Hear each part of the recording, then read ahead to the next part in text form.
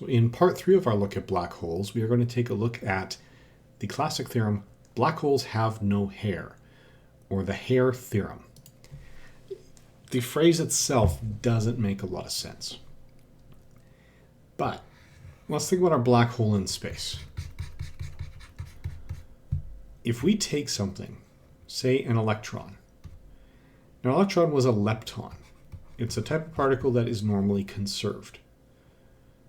So if you are creating an electron, it's almost impossible to do so without also creating the antiparticle or the positron.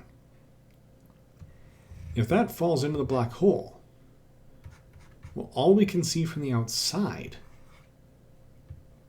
looking in, hopefully from a safe distance, are just a few of the parameters. We cannot, for example, see the leptons. We cannot tell how many hadrons went in there. We can't tell what fell in.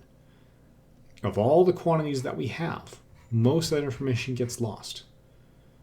If you drop a t-shirt in there, you don't know what color that t-shirt was. You don't know what logo it had. There are only 3 pieces of information that survive when they're falling into a black hole. One of them is the total mass of the objects that have fallen in. That we still see. The other one is the electrical charge. This also is preserved as it falls into the black hole. And then the third and final quantity is angular momentum. So angular momentum is something that's not actually part of the curriculum here in Alberta. So we'll touch on it a little bit. But if you have a particle of mass m orbiting at a constant speed v and radius r, then the angular momentum is given by mvr. So it's your linear momentum, mv, times the radius of the circle you're orbiting around. That is a quantity called angular momentum, and this is conserved.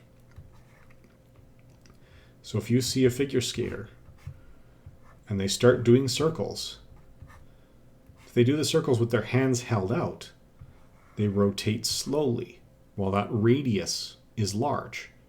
The velocity slows down while their mass isn't changing because they have a given amount of angular momentum. When they pull those arms in and fold them up, well, then they start rotating much more quickly.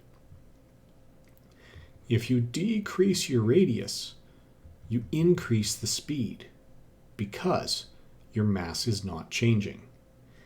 That is because angular momentum is conserved. That is also conserved in black holes. So once things fall into a black hole, those are the only 3 things we know about them. Mass, charge, and angular momentum, which for some reason is given the capital letter L for its symbol. So this is everything we know about a black hole.